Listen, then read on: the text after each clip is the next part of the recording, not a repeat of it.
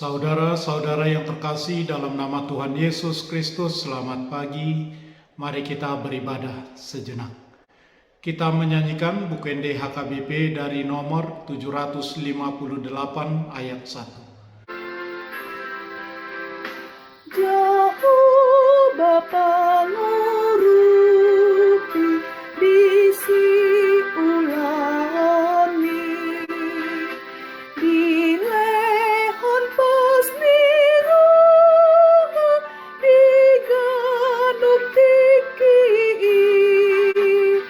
nang pesi pataganggu hapor seyon mi jabot takun Tuhanmu menjaga ngolumi.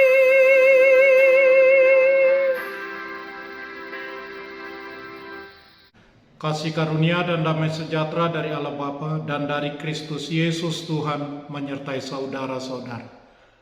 Amin. Saudara-saudara, firman Tuhan renungan harian Rabu 1 Juni 2022 dari kitab Yesaya pasal 41 ayat 14 mengatakan, "Janganlah takut, hai si cacing Yakub, hai si ulat Israel, akulah yang menolong engkau. Demikianlah firman Tuhan, dan yang menebus engkau ialah yang Maha Kudus, Allah Israel." Dalam bahasa Batak Toba, unak koma biar alegia Jakob, hamu jolma siotikotik sian Israel, audo mangurupiho, ninna Jahoba dohot siluluhoko nabadiani Israel. Demikian firman Tuhan. Saudara-saudara, Tuhan setia dan selalu mencurahkan kasih karunia dan kebaikannya, sehingga sebaiknya kita belajar untuk melakukan hal yang sama untuk Tuhan dan untuk orang lain. Namun dalam kehidupan sehari-hari, godaan terus-menerus mendera manusia, tergoda mengikuti caranya sendiri dan cara-cara dunia, tergoda menjadi egois, berpusat pada diri sendiri, tidak mengasihi sesama manusia yang bisa ia lihat. Lalu bagaimana ia mengasihi Allah yang tidak dia lihat? Begitulah Israel. Sehingga dalam perikop ini, Yesaya menyebut mereka sebagai si cacing Yakub. Sulit untuk memikirkan sebutan ini karena ditujukan kepada satu bangsa yang telah mendapatkan janji Tuhan sebagai bangsa pilihan Tuhan. Namun orang Israel pada zaman Yesaya harus belajar mempercayai Tuhan dengan cara yang teramat sulit. Sebagaimana cacing tanah pada dasarnya menghabiskan hidupnya dengan memakan limbah yang membusuk di tanah. Orang-orang Israel telah melakukan hal itu sejak mereka menginjakkan kaki mereka di tanah Kanaan Palestina. Cacing tanah sangat rentan, ia sangat membutuhkan air, tak tahan panas matahari dan terancam oleh pemangsa berupa burung, tikus, ular, dan binatang yang lainnya. Tuhan berjanji untuk mengubah mereka menjadi apa yang kita sebut pemilik tanah perjanjian yang berlimpah susu dan madu. Karena Tuhan akan mengambil tanah kering tandus, gurun pasir, dan mengubahnya menjadi tanah pertanian kaya yang cocok untuk semua jenis tanaman yang berguna. Sebagai gambaran, Tuhan akan mengubah kekeringan kehidupan rohani manusia menjadi subur untuk Tuhan bertakhta. Janji itu telah dipenuhi dalam Mesias, yaitu Yesus Kristus.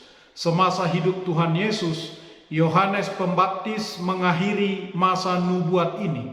Yohanes Pembaptis adalah Elia yang dibangkitkan oleh kuasa Allah pada masa kemurtatan, menyerukan agar kembali kepada penyembahan kepada Allah yang benar. dan melakukan keadilan bagi yang miskin. Demikian juga Yohanes Pembaptis. Yohanes bahkan menyebut para pendengarnya sebagai keturunan ular beludak untuk membuat mereka tertantang mendengar firman Allah. Tidak ada yang mustahil bagi Tuhan. Ia memiliki kekuatan yang tidak terbatas dan cinta yang tidak terbatas. Dia mampu dan kuat melakukan bagi umatnya lebih dari yang mereka minta dan pikirkan. Percayalah. Amin. Marilah kita berdoa. Ya Tuhan Allah, Bapa kami melalui Yesus Kristus, kami sungguh terhibur saat mendengar firman-Mu. Kami pernah seperti cacing kepanasan di tengah pandemi coronavirus 19 yang mewabah deras.